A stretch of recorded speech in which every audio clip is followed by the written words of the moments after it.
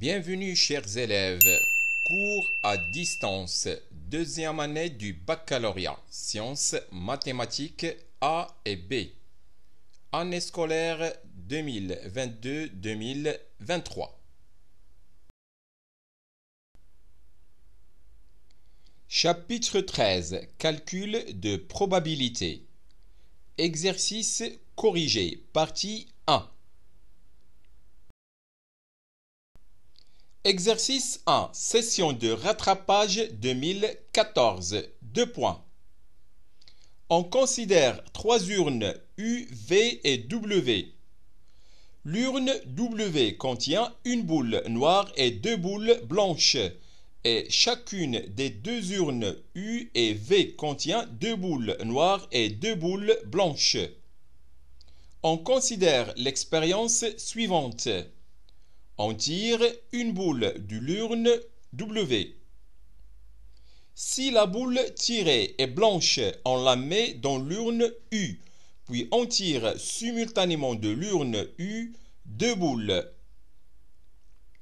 Si la boule tirée est noire, on la met dans l'urne V, puis on tire simultanément de l'urne V 2 boules. Première question. Quelle est la probabilité pour que le tirage soit effectué de l'urne U? Deuxième question. Quelle est la probabilité d'obtenir 2 boules blanches à la fin de l'expérience?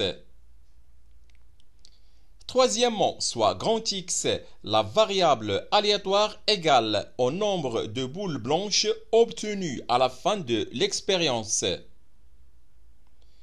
Déterminer la loi de probabilité de la variable aléatoire grand X. Corrigé de l'exercice. Premièrement, calculons la probabilité pour que le tirage soit effectué de l'urne U.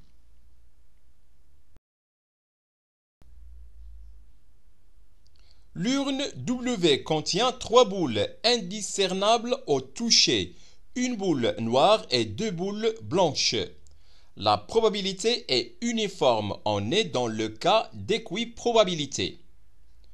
On tire au hasard une boule de l'urne W. L'univers ω1 est l'ensemble des combinaisons d'un élément parmi 3.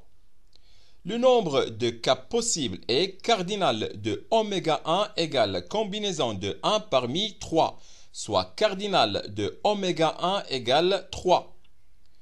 On considère l'événement U. Le tirage est effectué de l'urne U. L'événement U est réalisé lorsqu'on tire une boule blanche parmi 2 boules blanches dans l'urne W.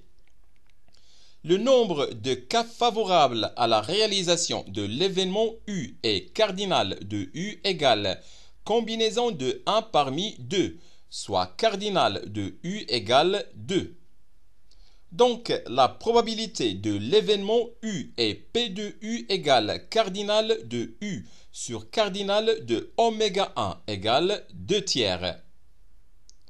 Deuxièmement, calculons la probabilité d'obtenir 2 boules blanches à la fin de l'expérience. On note une boule blanche par B et une boule noire par N.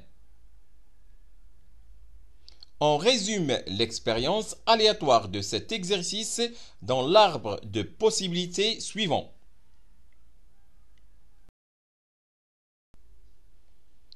On va suivre les étapes de cette expérience. On tire une boule de l'urne W. Cette boule peut être soit blanche ou bien noire. Maintenant, on va calculer les probabilités suivantes. La probabilité d'obtenir une boule blanche, c'est-à-dire la probabilité d'aller effectuer le tirage de l'urne U. C'est combinaison de 1 parmi 2 sur combinaison de 1 parmi 3 égale 2 tiers. Donc, on va mettre 2 tiers sur la première branche. Maintenant, la probabilité de tirer une boule noire, c'est-à-dire la probabilité d'aller effectuer le tirage à partir de l'urne V, égale combinaison de 1 parmi 1 sur combinaison de 1 parmi 3 égale 1 tiers. Donc on va mettre 1 tiers sur la deuxième branche. Maintenant, si la boule tirée est blanche, on passe à l'étape suivante. On met la boule blanche dans l'urne U. L'urne U contient 3 boules blanches et 2 boules noires. On tire simultanément 2 boules de l'urne U. Ces 2 boules peuvent être toutes les deux blanches. Une boule blanche et une autre noire. Ou bien, les 2 boules sont toutes les deux noires. Maintenant, on calcule la probabilité d'obtenir 2 boules blanches. C'est combinaison de 2 parmi 3 sur combinaison de 2 parmi 5 égale 3 sur 10. On va mettre 3 sur 10 dans l'arbre. Maintenant, la combinaison d'obtenir une boule blanche et une boule noire. C'est combinaison de 1 parmi 3 qui multiplie 1 parmi 2 sur combinaison de 2 parmi 5 égale 6 sur 10. On va mettre 6 sur 10 dans l'arbre. La probabilité d'obtenir 2 boules noires, c'est combinaison de 2 parmi 2 sur combinaison de 2 parmi 5 égale 1 sur 10. On va mettre 1 sur 10 dans l'arbre. Maintenant, si la première boule tirée est noire, on met la boule tirée noire dans l'urne V. L'urne V contient 2 boules blanches et 3 boules noires. On passe à l'étape suivante. On tire simultanément 2 boules de l'urne V. Ces 2 boules peuvent être toutes les deux blanches. On peut aussi obtenir une boule blanche et une boule noire. Ou bien les 2 boules tirées sont toutes les deux noires. Maintenant, le calcul des probabilités. La probabilité d'obtenir 2 boules blanches égale 1 sur 10. Et la probabilité d'obtenir une boule blanche et une boule noire, c'est combinaison de 1 parmi 2 qui multiplie combinaison de 1 parmi 3 sur combinaison de 2 parmi 5 égale 6 sur 10. Et la probabilité d'obtenir 2 boules noires égale 3 sur 10.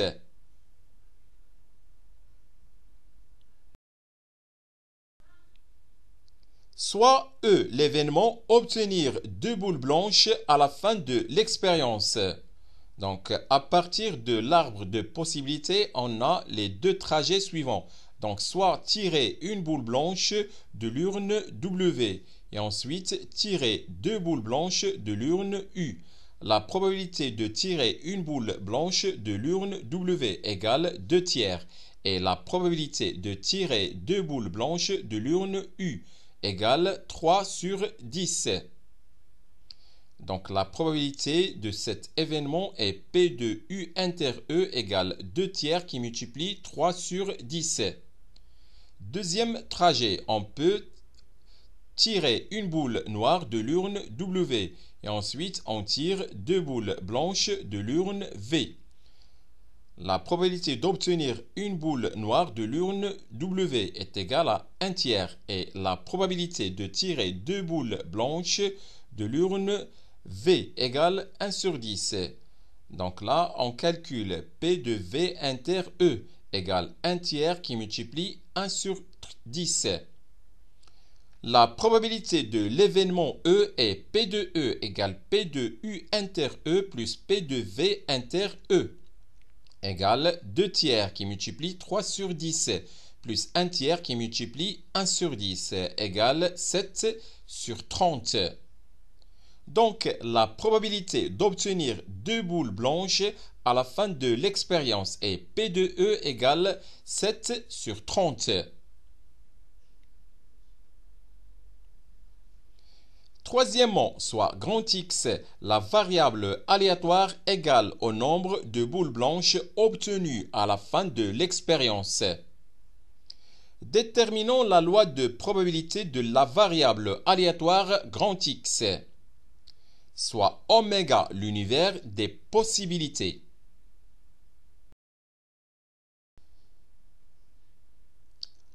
À la fin de l'expérience, on peut obtenir soit deux boules blanches ou bien une seule boule blanche, sinon aucune boule blanche.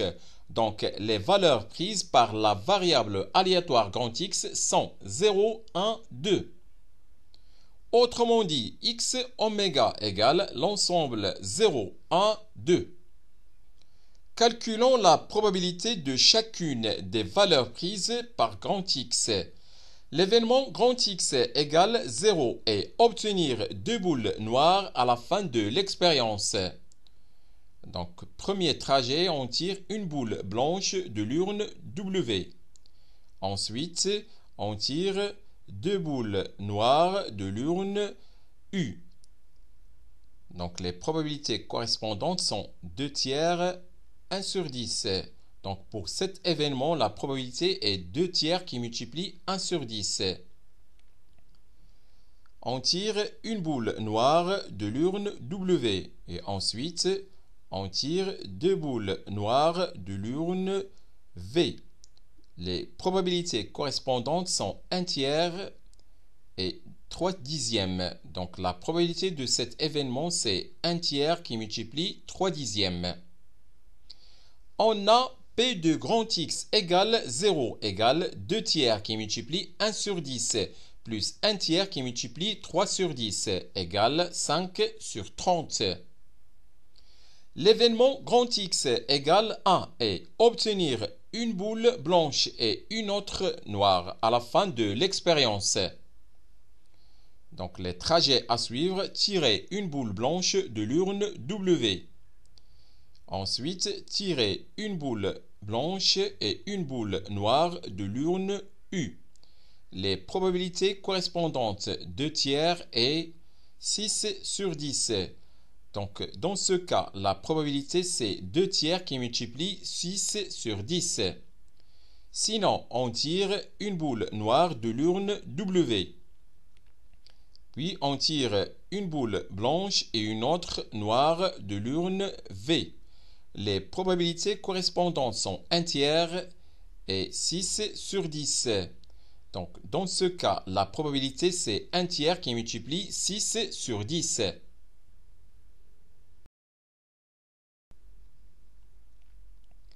On a P de grand X égale 1 égale 2 tiers qui multiplie 6 sur 10 plus 1 tiers qui multiplie 6 sur 10 égale 18 sur 30. Maintenant, l'événement grand X égale 2 et obtenir deux boules blanches à la fin de l'expérience. On a P de grand X égale 2 égale P de l'événement E égale 7 sur 30. On résume la loi de probabilité de la variable aléatoire grand X dans le tableau suivant. Alors tout d'abord, on va mettre xi, ce sont les valeurs prises par la variable aléatoire grand X. Et ensuite, P de grand X égale xi.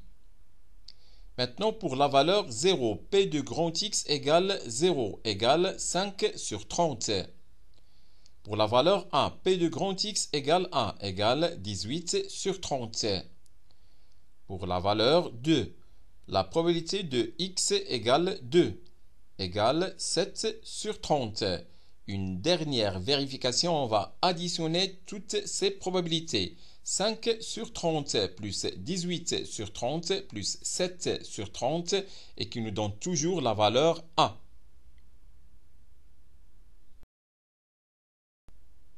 Exercice 2. Session de rattrapage 2015. 3 points. Première partie, première question. A étant un entier, montrez que si A et 13 sont premiers entre eux, alors A puissance 2016 est congru à 1 modulo 13. Deuxième question. On considère dans l'ensemble Z l'équation E qui est x puissance 2015 congrue à 2 modulo 13 et soit x une solution de l'équation E. Question petit a. Montrer que x et 13 sont premiers entre eux.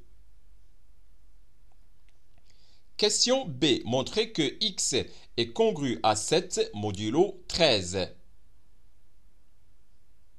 Troisième question. Montrer que l'ensemble des solutions de l'équation E est grand S égale l'ensemble constitué des nombres de la forme 7 plus 13K, tel que K appartient à l'ensemble Z.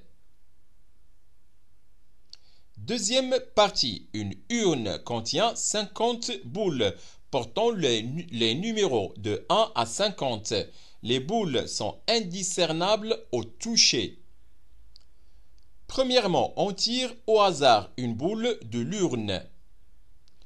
Quelle est la probabilité d'obtenir une boule portant un numéro qui est solution de l'équation E? Deuxièmement, on tire au hasard une boule de l'urne. On note son numéro, puis on la remet dans l'urne. On répète l'expérience précédente 3 fois. Quelle est la probabilité d'obtenir exactement 2 fois une boule portant un numéro qui est solution de l'équation E?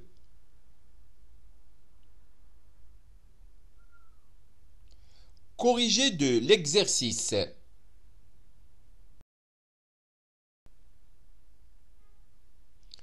Première partie, première question. A étant un entier, montrant que si A et 13 sont premiers entre eux, alors A puissance 2016 est congru à 1 modulo 13. 13 est un nombre premier. Si A est un entier tel que A et 13 sont premiers entre eux, alors d'après le théorème de Fermat, A puissance 13 moins 1 est congru à 1 modulo 13. C'est-à-dire que A puissance 12 est congru à 1 modulo 13. Et comme 2016 égale 12 qui multiplie 168, alors A puissance 12, le tout puissance 168, est congru à 1 puissance 168, modulo 13. C'est-à-dire que A puissance 12 qui multiplie 168 est congru à 1 modulo 13. Donc, A puissance 2016 est congru à 1 modulo 13. Deuxièmement, on considère dans l'ensemble Z l'équation E qui est x puissance 2015 congru à 2 modulo 13 et soit x une solution de l'équation E. Première question, petit a, montrant que x et 13 sont premiers entre eux. On pose D égale le plus grand diviseur commun de x et 13. Puisque 13 est un nombre premier, alors D égale 1 ou bien D égale 13. Supposons que D égale 13, donc 13 divise x, c'est-à-dire que x est congru à 0 modulo 13. Par conséquent, x puissance 2015 est congru à 0 modulo 13. Et comme x puissance 2015 est congru à 2 modulo 13, alors par transitivité, on obtient 2 est congru à 0 modulo 13. C'est-à-dire que 13 divise 2, ce qui est une contradiction. Donc la supposition D égale 13 est fausse. Par suite, D égale 1, c'est-à-dire que x et 13 sont premiers entre eux. Question B. Montrons que x est congru à 7 modulo 13. Soit x une solution de l'équation E. D'après la question 2a, x et 13 sont premiers entre eux. Donc, d'après la question 1, on a x puissance 2016 est congru à 1 modulo 13. Et puisque x puissance 2015 est congru à 2 modulo 13. Alors, x puissance 2016 est congru à 2x modulo 13. Par conséquent et par transitivité, on obtient 2x est congru à 1 modulo 13.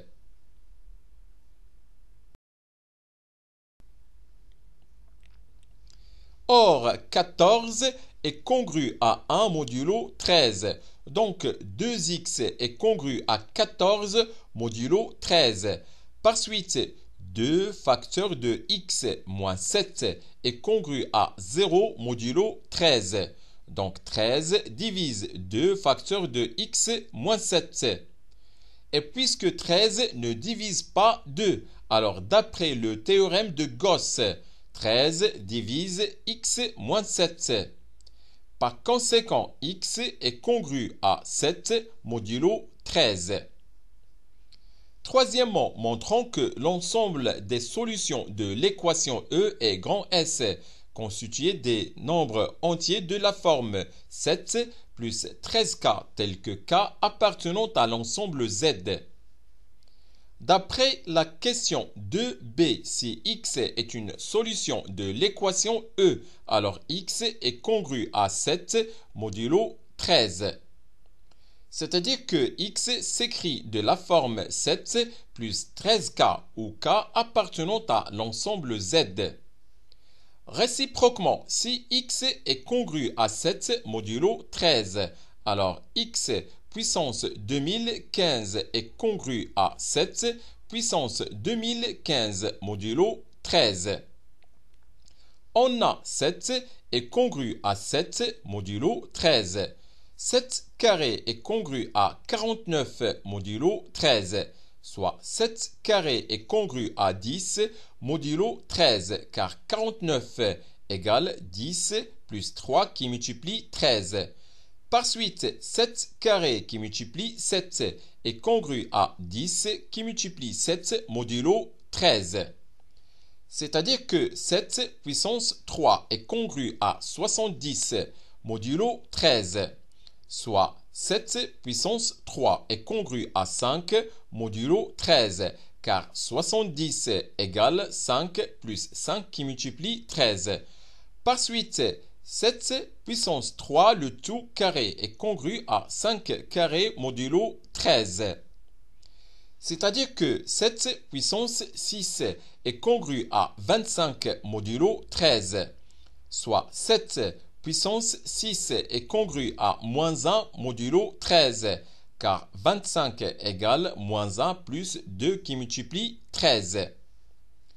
Par suite, 7 puissance 6, le tout puissance 335 est congru à moins 1 puissance 335 modulo 13, soit 7 puissance 2010 est congru à moins 1 modulo 13. Et comme 7 carré est congru à 10 modulo 13 et 7 au cube est congru à 5 modulo 13, alors 7 au cube qui multiplie 7 carré est congru à 5 qui multiplie 10 modulo 13, soit 7 puissance 5 est congru à 50 modulo 13. C'est-à-dire que 7 puissance 5 est congru à moins 2 modulo 13, car 50 égale moins 2 plus 4 qui multiplie 13. On a 7 puissance 2010 est congru à moins 1 modulo 13 et 7 puissance 5 est congru à moins 2 modulo 13. Donc 7 puissance 2010 qui multiplie 7 puissance 5 est congru à moins 1 qui multiplie moins 2 modulo 13, soit 7 puissance 2015 est congru à 2 modulo 13.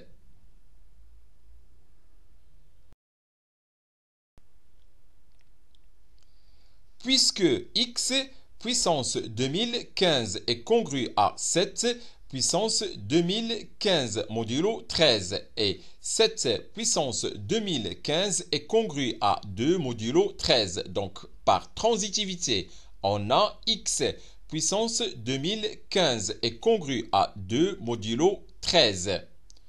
Conclusion, x est solution de l'équation E équivaut à x congru à 7 modulo 13. Par conséquent, l'ensemble des solutions de l'équation E est grand S constitué des entiers de la forme 7 plus 13K, tel que K appartenant à l'ensemble Z. Deuxième partie, une urne contient 50 boules portant les numéros de 1 à 50. Les boules sont indiscernables au toucher. Premièrement, on tire au hasard une boule de l'urne. Calculons la probabilité d'obtenir une boule portant un numéro qui est solution de l'équation E.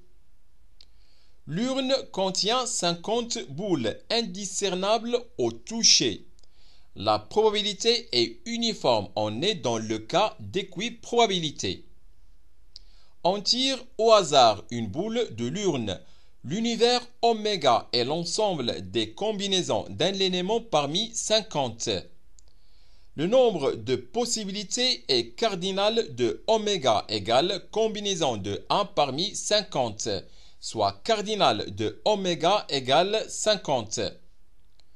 On considère l'événement A suivant. Obtenir une boule portant un numéro qui est solution de l'équation E. On tire une boule portant un numéro x tel que x est compris entre 1 et 50. Cherchons les valeurs de x, solution de l'équation E.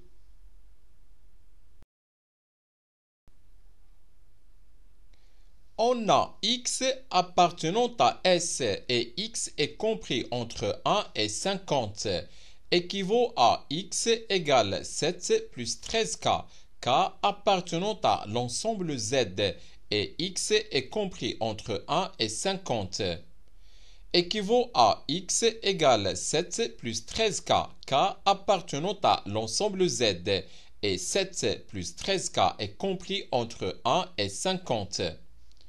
Équivaut à x égale 7 plus 13k, k appartenant à l'ensemble Z et k compris entre moins 6 sur 13 et 43 sur 13. Équivaut à x égale 7 plus 13k et k appartenant à l'ensemble 0, 1, 2, 3. Équivaut à x appartenant à l'ensemble 7, 20, 33, 46. L'événement A est réalisé lorsqu'on tire une boule portant un numéro appartenant à l'ensemble 7, 20, 33, 46. Le nombre de cas favorables à la réalisation de l'événement A est cardinal de A égale combinaison de 1 parmi 4, soit cardinal de A égale 4. Par suite, la probabilité de l'événement A est P de A égale cardinal de A sur cardinal de oméga égale 4 sur 50 égale 2 sur 25. Donc P de A égale 2 sur 25. Deuxièmement, on tire au hasard une boule de l'urne. On note son numéro, puis on la remet dans l'urne. On répète l'expérience précédente 3 fois. Calculons la probabilité d'obtenir exactement 2 fois une boule portant un numéro qui est solution de l'équation E. On répète la même expérience précédente 3 fois, n égale 3, et à chaque fois la probabilité pour que l'événement A soit réalisé est P égale P de A égale 2 sur 25. Donc, la probabilité d'obtenir exactement 2 fois k égale 2, une boule portant un numéro qui est solution de l'équation E est combinaison de k parmi n qui multiplie p puissance k et qui multiplie 1 moins p puissance n moins k égale combinaison de 2 parmi 3 qui multiplie 2 sur 25 puissance 2 et qui multiplie 1 moins 2 sur 25 puissance 1 égale 3 qui multiplie 4 sur 625 et qui multiplie 23 sur 25 égale 276 sur 15 625. C'est la fin de cette vidéo. Au revoir.